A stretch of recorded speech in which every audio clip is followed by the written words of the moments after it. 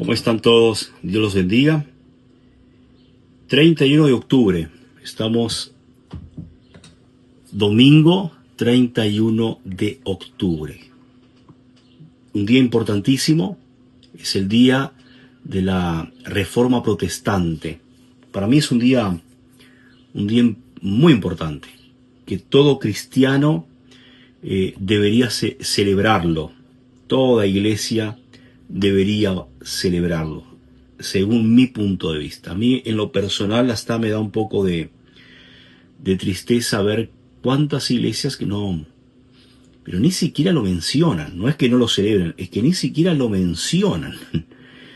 Pasan como un día más, y yo creo que nosotros debemos, como cristianos evangélicos, como cristianos protestantes, es importante conocer nuestra historia, conocer nuestro origen, entre comillas. Es importante, ¿no? Y es lamentable ver cómo a algunas iglesias lamentablemente no les importa, no lo celebran. Yo durante todo el mes de octubre estuve estudiando, reflexionando sobre los principios de la Reforma Protestante, sus protagonistas.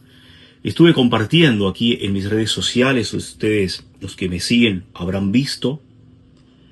Y hoy estaba pensando, fui un poquito más atrás, fui directamente al siglo XII. Ustedes saben que la Reforma Protestante nace ahí, o digamos,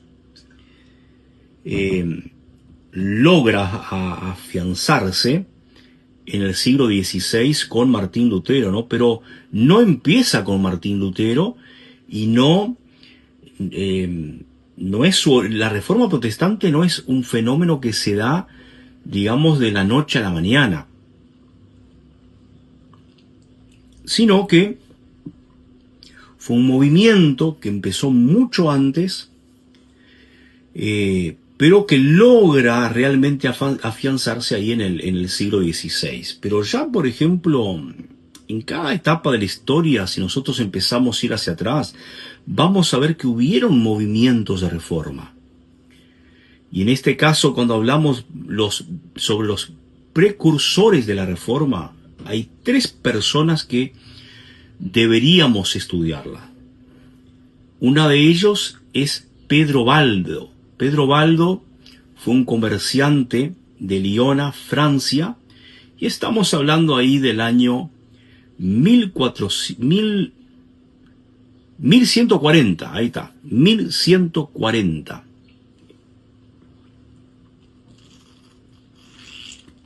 Él nace en 1140, pero cuenta la historia que él conoce al Señor. Pedro Baldo tiene un encuentro con Cristo. Fue allá en el año de 1170, cuando escuchó a un trovador. Un trovador era un artista de la época que cantaba músicas líricas, poesía. El tema es que este trovador le habló de Jesús. Y él fue impactado profundamente por ese mensaje. Y bueno, Pedro Baldo termina haciendo un voto de pobreza, cosa que no estoy de acuerdo. La Biblia no tiene nada contra que una persona tenga dinero. El tema es el uso que le damos al dinero, y el tema es también el amor al dinero, ¿no?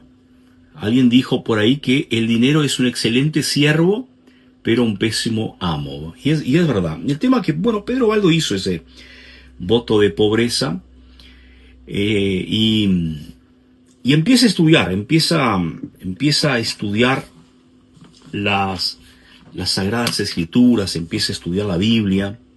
Era un hombre en ese sentido, muy estudioso, una persona que realmente se sumergía, ¿no?, en el estudio de la palabra de Dios. Y fue justamente ese estudio de la palabra de Dios que lo llevaron a ver a Pedro Baldo, por la luz de las Sagradas Escrituras que habían muchas prácticas de la iglesia cuyo fundamento no estaban en las Escrituras.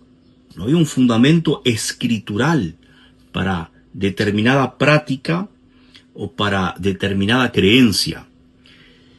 Y por eso Pedro Baldo empieza a rechazar y a liderar todo un movimiento de personas que empezaron a entender por sus enseñanzas, por su predicación, que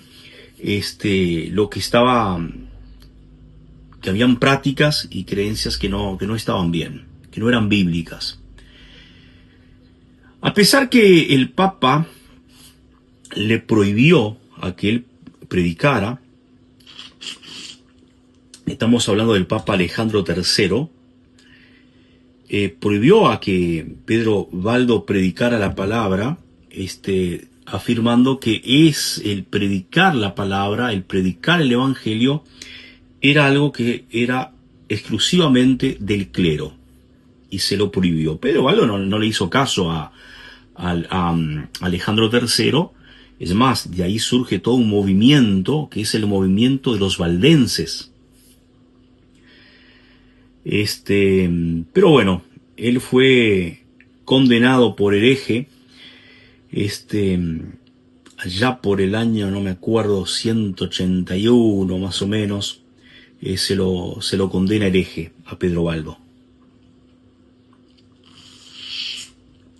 Él levantó todo ese movimiento y bueno, empezaron a condenar, por ejemplo, creencias como qué sé yo, creencias como el purgatorio, creencias como la invocación de los santos, entre otras, ¿no? Bueno, ahora el segundo personaje que deberíamos estudiar cuando hablamos del movimiento precursor a la Reforma Protestante, otro personaje que deberíamos hablar es Juan Wycliffe. Ahí ya estamos hablando de Francia, nos fuimos a Inglaterra.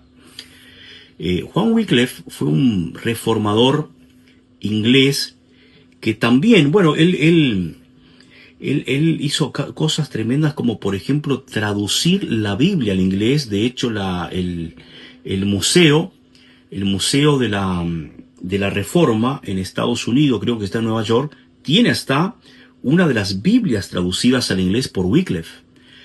Y estamos hablando de traducción así, a mano.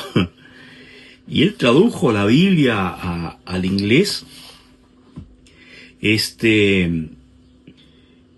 una de las cosas interesantes del movimiento de Juan Wycliffe en Inglaterra fue que él empezó a entrenar a jóvenes laicos para predicar el evangelio a Inglaterra. Bueno, chocó de frente con el Papa Urbano VI, el Papa de la época de Juan Wycliffe, lo condena por hereje, pero bueno, el Parlamento inglés lo protege.